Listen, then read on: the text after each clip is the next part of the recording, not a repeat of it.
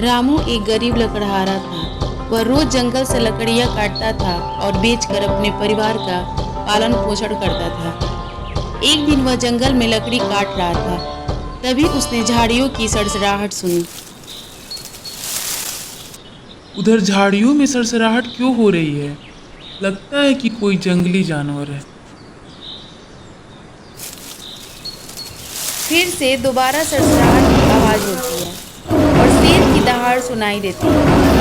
रामू घबरा कर देखता है और डर के मारे वहां से भागना शुरू कर देता है। रामू भागते हुए जंगल से दूर तक चला जाता है।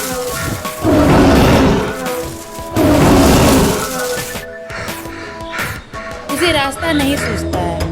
वह इधर उधर देखने लगता है और उसे लगता है कि वह रास्ता भूल गया है। मैं भागते भागते कहाँ आ गया हूँ? मुझे तो कुछ रास्ता ही समझ में नहीं आ रहा है। आगे किधर जाऊँ? रामू एक नई दिशा में चलने लगता है और अंततः एक छोटे से गांव में पहुंचता है, जो कि अंधेरा और बेतरतीब सा गांव है। लोग टेढ़े मेढ़े रास्ते और धीमे कदमों से चल रहे हैं। घर की आकृतियां भी अजीब है, पगडंडियों के निशान भी सीधे नहीं है। अरे मैं यह कहाँ आ गया? यह तो अजीब तरह का गांव लग रहा है। यहाँ के घर भी अजीब ढंग से बने हुए हैं। नमस्ते, मैं रास्ता खो गया हूँ। क्या आप लोग मेरी मदद कर सकते हैं? तुम कौन हो? तुम्हारी आवाज़ तो मैंने कभी नहीं सुनी है। तुम तो इस गांव के नहीं लग रहे हो। और यहाँ कैसे आए? मैं लकड़ी काटने वाला हूँ। एक शेर ने मेरा पीछा किया था। भागते हुए मैं जंगल में खो गया और यहाँ पहुँच गया। आप सब अंधे हैं क्या? अंधे का मतलब क्या होता है? तुमने कैसे जाना कि हम अंधे हैं? आप लोगों की आंखें नहीं हैं और आप एक दूसरे को देखकर बात नहीं कर रहे हैं। आंखें? अंधा क्या होता है? देखना वह होता है जब आप किसी चीज़ को अपनी आंखों से देखते हैं। जैसे कि सामने यह पेड़ है। इसका बहुत मोटा तना है। इस पर बड़ी बड़ी डालियां हैं तथा डालियों पर हजारों लाखों पत्ते हैं। गांव के लोग चिंतित होकर रामू को चारों ओर से घेरे हुए हैं और सहानुभूतिपूर्वक उसकी बातों को सुन रहे हैं। वहीं दूसरी तरफ रामू खुद आश्चर्यचकित है और सोच रहा है कि यह कैसा गांव है जहां कोई आदमी देख नहीं सकता। लगता है कि तुम्हें कोई बीमारी हो गई है। तुम देखने की बात कर रहे हो। यह अजीब है। बीमारी? मैं तो बस सामान्य बातें कर रहा हूँ। हाँ, कुछ घरेलू इलाज करने की ज़रूरत है। इसके बाद इसके देखने की बीमारी ठीक हो जाएगी। और तुम्हें कहीं जाने की इच्छा है? तुम कहीं जाने का रास्ता पूछ रहे थे। नहीं, मुझे इलाज की जरूरत नहीं है। मैं केवल रास्ता पूछ रहा हूँ।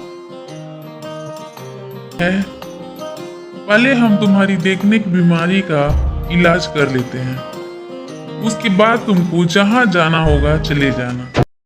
नहीं, मुझे इलाज की जरूरत नहीं है। मैं केवल रास्ता पूछ रहा हूँ। अच्छा, ठीक है। पहले तुम थोड़ी दवा ले लो, फिर हम तुम्हें समझाते। गांव के लोग रामू को एक अजीब काढ़ा पीने के लिए देते हैं और उसके बाद उसकी स्थिति को समझाने का प्रयास करते हैं। अब तुम देखना समझोगे। शायद यह दवा तुम्हें ठीक कर दे। लेकिन दवा से मेरी आंखें नहीं बनेगी। क्या तुम ठीक से सुन नहीं रहे हो? हम तुम्हारे इलाज में पूरी मेहनत कर रहे हैं। अच्छा, ठीक है, ठीक है। जब आप लोग इतना दबाव दे रहे हैं तो मैं काढ़ा पी ले रहा हूँ। रात का समय हो गया है। गांव के लोग और रामू एक जगह बैठे हैं। गांव के लोग सोने की तैयारी कर रहे हैं, जबकि रामू असमंजस में है। अब रात हो गई है और हमारे सोने का समय हो गया है। तुम भी आराम कर लो, सुबह देखना होगा। सोने का समय? लेकिन अभी तो शाम हुआ है। आप कैसे जानते हैं कि रात हो गई है? हम सूरज नहीं देखते, लेकिन हमारे शरीर की गर्मी से हम जानते हैं कि कब सोने का समय होता है। हम सूरज की गर्मी और ठंडक से समझते हैं, और जब हमारे आसपास की आवाजें बदल जाती है। वाह, यह तो बहुत दिलचस्प है। शाम को ही सभी गांव वाले अपने अपने घरों में सोने के लिए चले जाते हैं और रामू हरिराम के साथ उसके घर चला जाता है। लेकिन रामू की आंखों में नींद कहाँ, उसे तो घर जाने की चिंता है और इस सोच में पड़ा है कि वह किस तरह के गांव में आकर फंस गया। पता नहीं यहाँ से निकल पाऊंगा कि नहीं। इसी चिंता में उसे नींद नहीं आ रही है। मुझे तो अभी नींद नहीं आ रही है और मैं इतनी जल्दी सोता भी नहीं हूँ। रात में पता नहीं कब रामू को नींद आ जाती है और सपने में देखता है कि गांव के लोग इसकी आंखों का ऑपरेशन कर रहे हैं।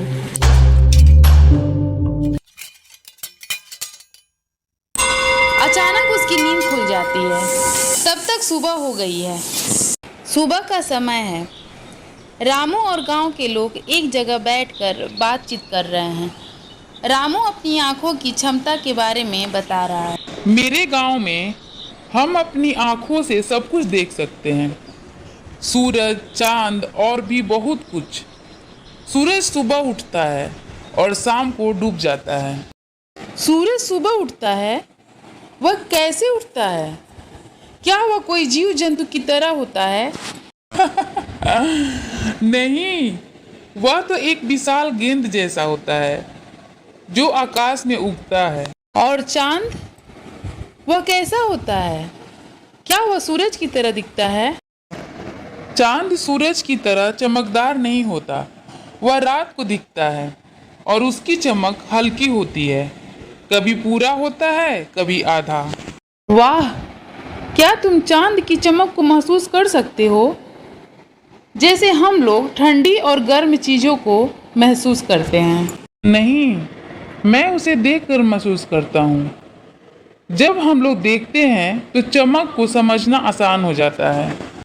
देखने से आप चमक, रंग और आकार को समझ सकते हैं। यह सब आँखों के कारण होता है, लेकिन इस गांव में किसी की आंखें ही नहीं है, इसीलिए आप लोगों को यह सब पता नहीं है और आप लोगों को लग रहा है कि मैं पागल हूँ। तो क्या तुम हमें बताओगे कि देखने की यह क्षमता हमें कैसे मिल सकती है? क्या यह भी दवा से हो सकता है? दवा से नहीं, लेकिन एक विशेष उपकरण से देखना और महसूस करना, ये दोनों अलग चीज़ें हैं। आप देख सकते हैं कि सूरज कैसा होता है, चांद कैसा होता है और रात और दिन के बदलाव को भी महसूस कर सकते हैं। तो तुम कह रहे हो कि हमारी दवा से हमें देखने की क्षमता नहीं मिलेगी, लेकिन तुम्हारे गांव में यह स्वाभाविक रूप से होती है। हाँ, हमारी आंखें जन्म से ही देखने के लिए सक्षम होती हैं। आपके पास इस समय केवल महसूस करने की क्षमता है, लेकिन अगर आपकी आंखें होती तो आप इन सब चीज़ों को देख सकते थे। चलिए, मैं अपनी आंखों से देखकर कुछ दृश्यों का वर्णन करता हूँ। हाँ, कृपया हमें बताओ। हमें जानने में दिलचस्पी है कि तुम अपनी आंखों से क्या देख सकते हो। ठीक है, जब सूरज उगता है तो आकाश नीला और नारंगी रंगों से भर जाता है। पेड़ हरे होते हैं और पत्तियां झिलमिलाती हैं। हवा में ताजगी होती है। क्या तुम्हें पेड़ों की आवाज़ भी सुनाई देती है, जैसे कि पत्तियों की सरसराहट? हाँ, मैं पेड़ों की आवाज़ भी सुन सकता हूँ, लेकिन देखकर पेड़ की आकृति को समझना और भी बेहतर होता। वाह, तुम्हारा वर्णन तो बहुत ही शानदार लगता है, लेकिन हमें तो केवल ध्वनि ही सुनाई देती है। मुझे अपने घर से निकले 2 दिन हो गए हैं। घर वाले चिंता कर रहे होंगे। क्या आप लोग मुझे यहाँ से बाहर निकलने का रास्ता बताएंगे? हाँ हाँ, क्यों नहीं। हम तुम्हें गांव से बाहर जाने का रास्ता जरूर बताएंगे। चलो चलते हैं। गांव वाले रामू को लेकर गांव से बाहर निकलते हैं और जंगल की तरफ जाते हैं। अब तुमने हमारी दुनिया के बारे में बहुत कुछ बताया है। हमें खुशी है कि तुम हमारी अनुभूतियों को समझ पाए और मुझे खुशी है कि मैंने आप लोगों को अपनी दुनिया का कुछ हिस्सा दिखाया। आप लोग अपनी दुनिया को अद्वितीय तरीके से अनुभव करते हैं। हम जानते हैं कि तुम्हें अपने गांव लौटने की ज़रूरत है। अब हम तुम्हें जंगल से बाहर निकलने का रास्ता बताते हैं। आप लोगों की मदद के बिना मैं कभी भी अपने गांव का रास्ता नहीं ढूंढ पाता। बहुत धन्यवाद। चलो, हम तुम्हें जंगल के एक सुरक्षित मार्ग तक पहुंचाते हैं। ध्यान रखना, जंगल में हमेशा सावधानी बरतनी चाहिए। हाँ, की यादें हमेशा अपने साथ रखना। हमें खुशी है कि तुम हमारे साथ समय बिता सके। मैं हमेशा इस गांव की यादें संजोए रखूंगा। आपकी दुनिया ने मुझे बहुत कुछ सिखाया है। रामू और गांव के लोग एक साफ रास्ते पर चल रहे हैं जो जंगल से बाहर निकलता है। यहाँ से आगे का रास्ता सीधा है। तुम्हें अपने गांव पहुंचने में कोई परेशानी नहीं होगी। धन्यवाद। आप लोगों की मदद ने मुझे बहुत राहत दी है। अब मैं जल्दी ही अपने घर लौट पाऊंगा। जब भी हमें तुम्हारी याद आएगी, हम लोग तुम्हारी आवाज़ को याद कर लेंगे और तुम्हारे बारे में सोचेंगे। हाँ, और जब भी तुम जंगल में आओ, हमारे गांव की दरवाजे तुम्हारे लिए हमेशा खुले रहेंगे।